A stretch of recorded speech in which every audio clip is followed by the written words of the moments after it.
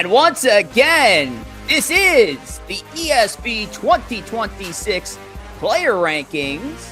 As today, we talk about the top 10 shortstop heading into the 2026 season. And as you've seen on your last few episodes, I'm joined once again by Corey, Favs, and KEEF here.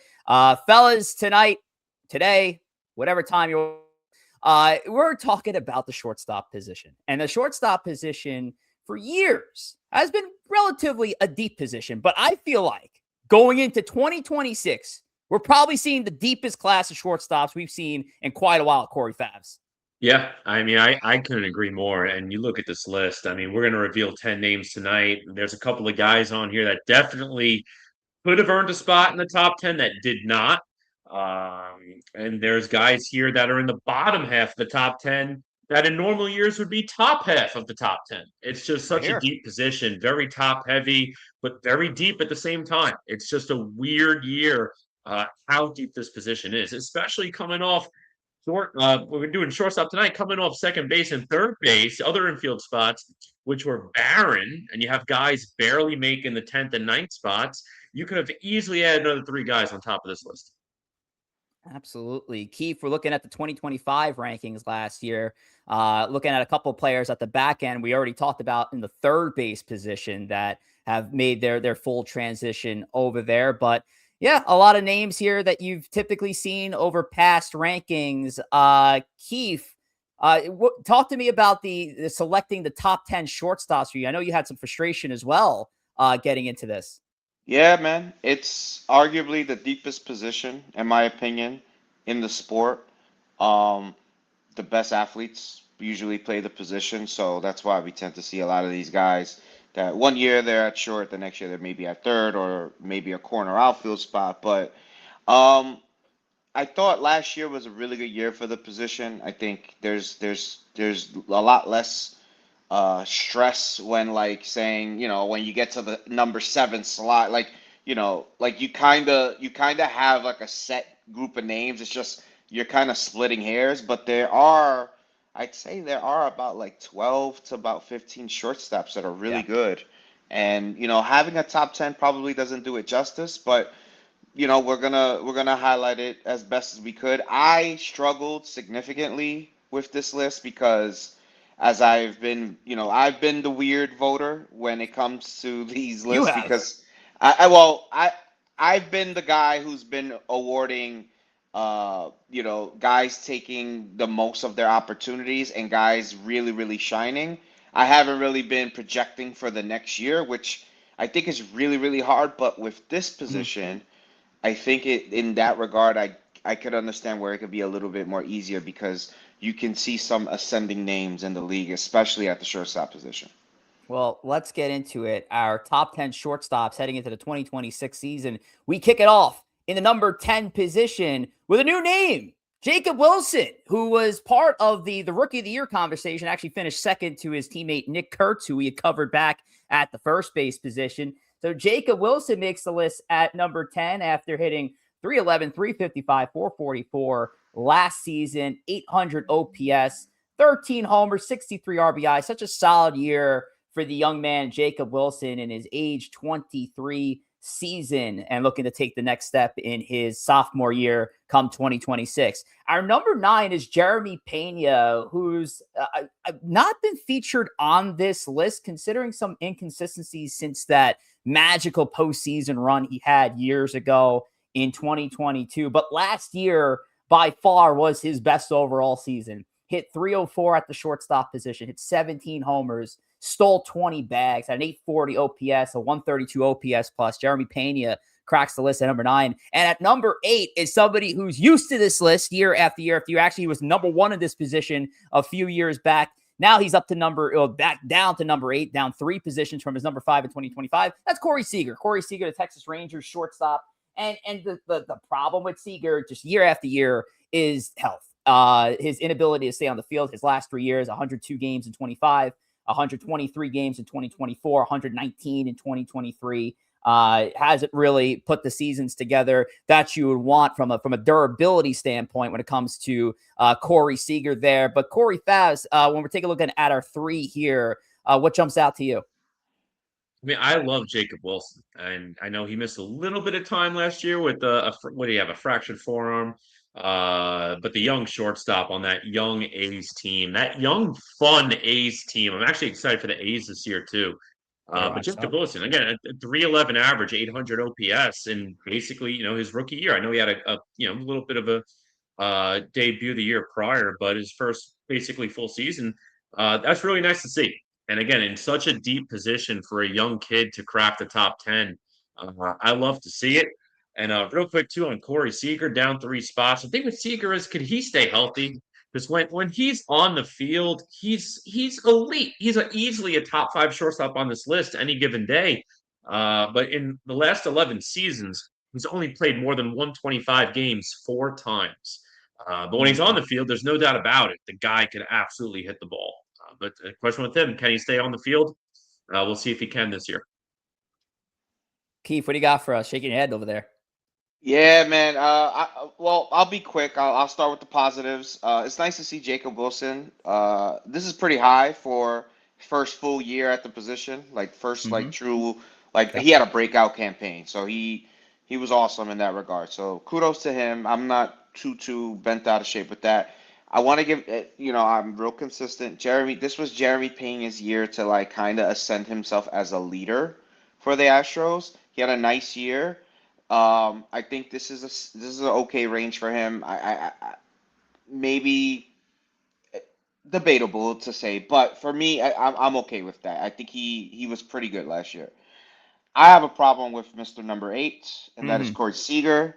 I didn't have him in my top 10, and it's not that I dislike the player. I think he, like Corey said, when he's on the field, he's a very, very, very good offensive player as a shortstop. His defense could be a little bit more improved, but he's a game changer. He's a moments player, clutch player, and we've seen like really good campaigns from him in the past, but he just cannot stay healthy. And I think that railroad, the Rangers season last year, and it could railroad it at any moment with him not on the field. I really, really do believe that. In that regard, it also makes it, you can say that he's that important and he's that good that he should be considered, amongst the top 10. But like, there's Correct. other guys out there that I thought they had a really good campaign. They could have had that spot. That's just my only gripe with it. He is a good player though. Yeah. It really just comes down to health. And I think if you look at another season where Corey Seager's just not featured on the baseball field, I think he's out of his top 10 altogether heading into I agree. 2027. I think that's, I mean, at least that's what the trend's saying here for ESB Yeah. measurements, but that's what it's looking like. All righty, let's move on to our next part of the list. We go to number 7, and with number 7, 6, and 5, I'll throw it over to our guy, Keith. Yes, sir. All right, coming in at number 7, arguably the biggest surprise in all of baseball, Geraldo Perdomo of the Arizona Diamondbacks. What a campaign it was for the young shortstop. He completely turned heads last year, having one of the best seasons a shortstop could have in 2026. It was awesome to see the breakout campaign from Mr. Perdomo. We get at number 6 a resurgent season for Trey Turner. I thought he was very, very good last year. One of the more better Phillies last year. In a season where a lot of people probably thought he was going to have like a little bit of a downtick and a decline, he actually had one of his better years as a player. So Trey Turner lands at number 6, rightfully so. And at number 5, the transition finally pays off. Mookie Betts arrives, top 5 shortstop for 2026. That is a debatable name for some. I would love to hear your guys' opinions. For me, though, I will say this. I think the defensive performance of Mookie Betts last season was so good, I can't argue where anybody puts him because that is an outfielder. Yes. And he's such a good athlete that when I was making my list, this was one of the most difficult decisions I had, that I almost said, regardless if someone put him 1 or they put him 15th, I won't judge it because he's like an enigma. But before I hand it over to you guys, big kudos to Trey Turner. I'm one of his biggest haters. I need to just put that out there. I call him Tina. He had a great campaign last year. He was sensational, so I want to give him a lot of props. He did a really good job last year. But we also flowers to Geraldo Perdomo. Yeah. A sensational year. But I really want to hear you guys' thoughts on Mookie Betts. Yeah, I mean, my thing with Mookie Betts too, it's crazy because this is another guy that I could see him easily being top 5 this year. I could see him off the list, and it Yeah. depends, what type of year you're going to get from Mookie Betts. Yeah. Obviously, he's in the back end of his career as opposed to the front end at 33 years old. He's also coming off his worst OPS at 732, but he also had that weird bug last year. Like he Yeah. was I agree. unwell Yep. this time last year. Yep. You're right. But yeah, from a defensive standpoint, I was concerned. Primarily outfield. Yeah, he has infield experience, but most of his recent career has been outfield. Shifted to shortstop, and he's held his own. So he's a wild card. I think part of it might be giving him a top 5 vote based on name recognition more than anything. But I think the middle of the top 10 makes sense for now, and we'll see how this year unfolds. I could easily see him back in the top 3. I could easily see him outside the list, just depending on the year. And I remember around this time last year, our shortstop list was heavily criticized by the folks out there that are taking in the ESB content. We really do appreciate it and love you guys for it. A couple of complaints was, why is Bo Bichette on your top 10 list? Well, Bo Bichette proved it with his bat why he belonged in that top 10 list by year end. It was just more of a could he stay healthy kind of thing. He had his in and out there. Mookie Betts, the pushback from Mookie Betts last year is, well, this is his first full-time year at shortstop. How do you put him in the number 4 position before he even takes the baseball field? A lot of the pushback again was, well, his offensive metrics speak for himself. This year, it was essentially the opposite. The defense spoke at shortstop. He didn't have the prime Mookie Betts season, although, again, from a shortstop, you're taking 20 home runs, 82 RBIs, a 258 batting average, a 732 OPS.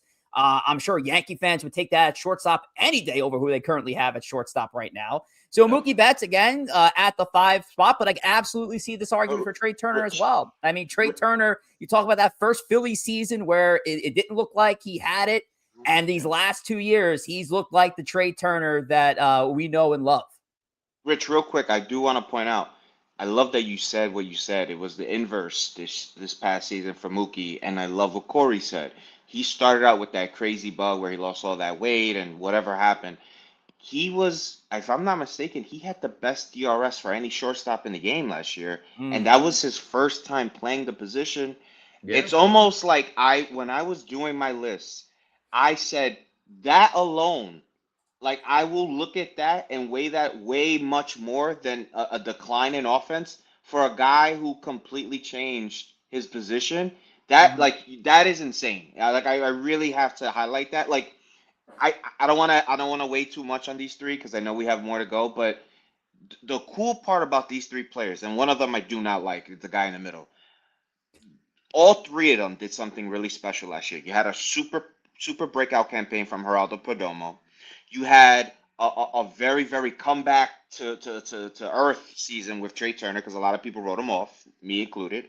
And you had something that we never see in Mookie Betts. Yep. And I think what Mookie Betts did last year, hot take, is going to change the sport moving forward. There's going to be a lot more guys moving positions like the way they did if they know they're athletic enough. And I think the Mets are a case study of that.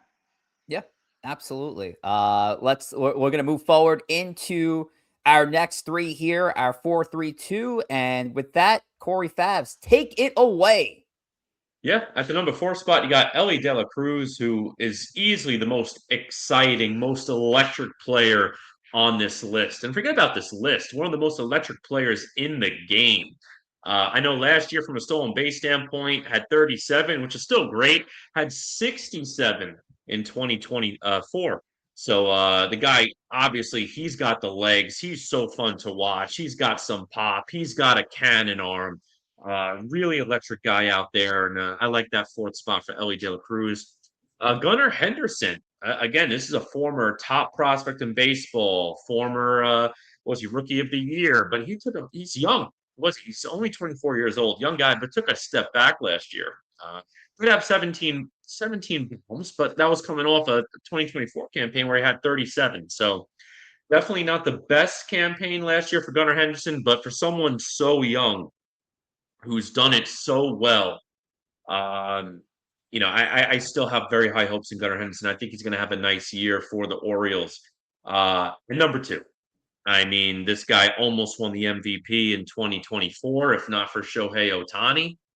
This guy is the best shortstop in my franchise's history. This guy gets some unnecessary criticism. Yeah, he might start the year for the first Mhm. 4 or 5 weeks, only hitting a buck 50, but year in, year out, this guy's going to deliver. He's going to give you 30 home runs.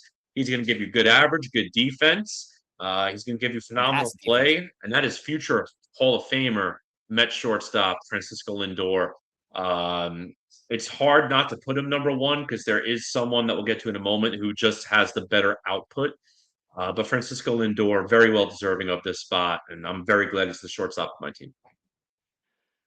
Yeah, I'm a huge Met fan. He's my favorite player. And there's arguments to say that he probably had a down season. I think what he did last year, being that he actually got off to a good start.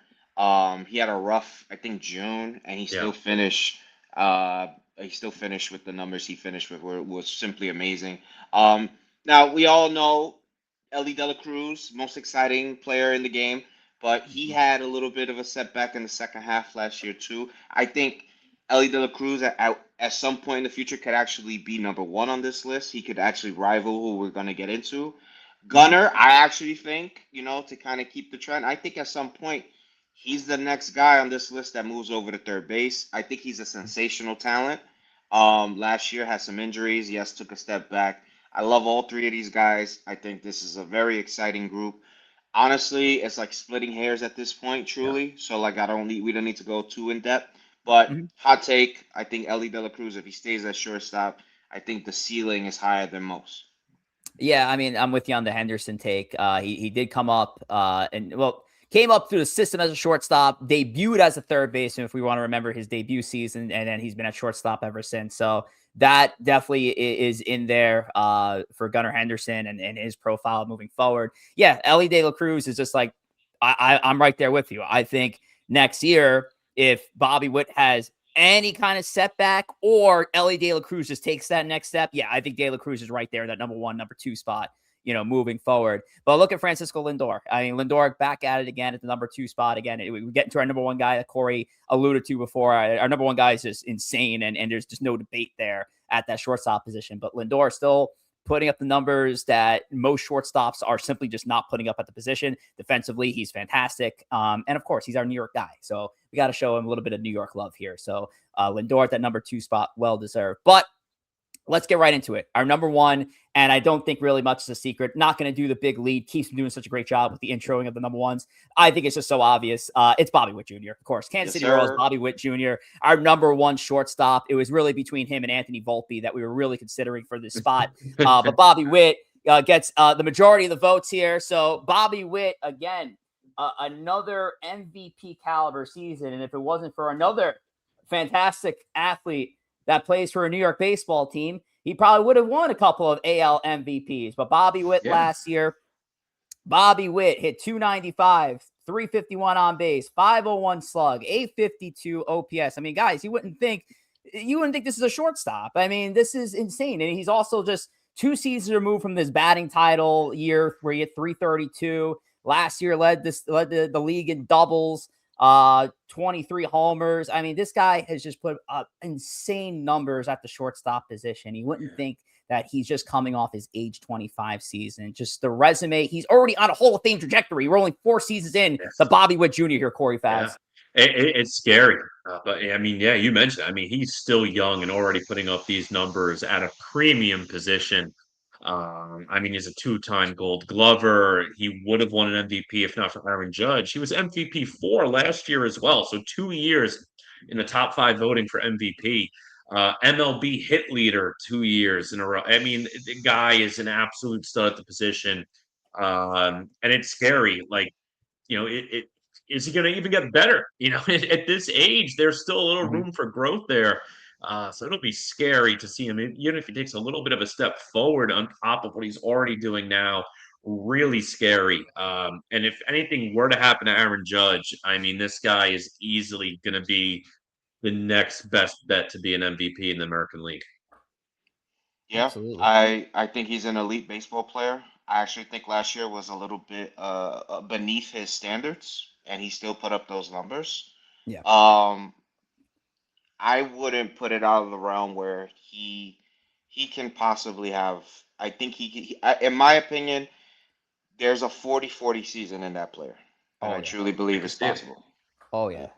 Yep. Absolutely. 30 stolen bases, 49, 31, 38 is what he's been working with in these 4 years. Just absolute beast. There's your top 10 right there. Wilson, Pena, Seager, Perdomo, Turner, Betts, De La Cruz, Henderson, Lindor, Bobby Witt. And without further ado, let's take a look at the money slide and see what's going on here. Yeah, everybody across the board on Bobby Witt Jr. It's nice to see that there was no bias thrown into the mix. And Bobby Witt prevails as your number one. Lindor, number two across the board. I'm very curious what Tom did here. I mean, had Lindor in the number 4 spot here. But this is Tom, right? KEEF, this Yeah, is what Tom's been doing. I've noticed as my eyes go far right to just expect nonsense, but yeah. Right. Absolutely. I mean, yeah. I mean, it's funny. I think that's become like the immediate thing that people do. They just, let's take a look at what's going on all the way at the right. And then let's take a look at what's going on all the way at the left and see where we can fill Literally. in between. Anything stick out to you, Corey Favs, where we're looking at this list? I mean, it looks like all our guys are in here. I mean, I see CJ Abrams got in there. Zach Neto, who is a high consideration. Dansby Swanson. I mean, there's not really a lot of big call outs here. Yeah, I will say I like the Adonis pick by you, Keith. He was right on the cusp. Yep. But like we were saying earlier, there's so many guys that could have snuck in here. He was my personal number 11. Just missed it. And you spoke about him before. I mean, Mr. Perdomo. I'm very, very high on him. The thing with him, again, because he's so young and really only had the one breakout year, does he take a step back? Is he that type of player? Is he a better player? I'm taking the gamble that he even improves a little bit more on top of what he did. I mean, at 26 years old, a 290 average, 850 OPS at the shortstop position. I think there's even a little more room for growth. So that's why I went so high on Perdomo. I just think he's a great player. I actually, while I was ranked, and I took into account his breakout campaign, and I kept saying it's just that 1 year. But honestly, looking at all the metrics, other than like his exit velocity, I should have had him higher. I think I valued Pena's attempt to be the leading player of that team a little bit too much. I think I should have had Perdomo a little higher, so I got to take an L on my part. The reason why I threw Adames in there is because actually Adames, like his second half was really awesome. He Yeah. finished with some of the better stats of the position. So, but yeah, honestly, I'm not too mad at most of these. Even the Neto pick, like for Tom.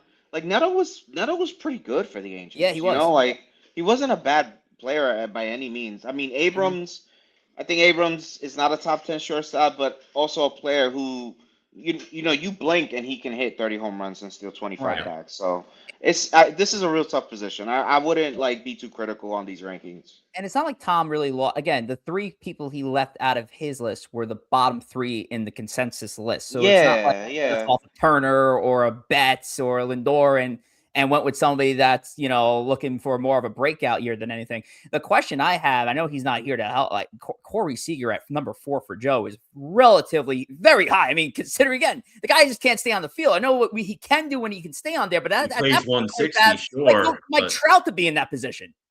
If he plays 160, Corey Seager's numbers they're not gonna be Witt numbers, but they're gonna be top 3 numbers.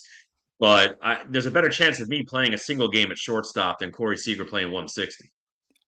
And I'm not playing shortstop.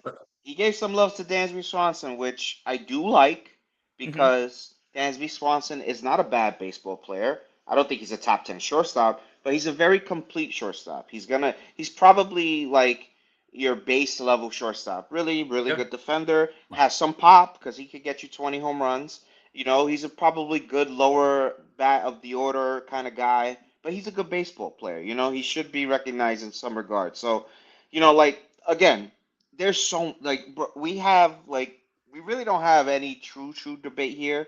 I mean, all these guys are good, and like if anything, some of these guys just hopefully they stay a little bit more healthy so they can make these rankings a little bit harder. But Yep. I truly think this is again going to be a difficult ranking come next year. Yep. I absolutely agree with that. Shortstop, the deepest position, possibly the best position in baseball now. A lot of fun doing these rankings.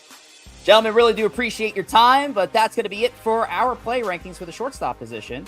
So our next position will be the catching spot, and then we're going to wrap things up with our outfielder, and then we'll be done.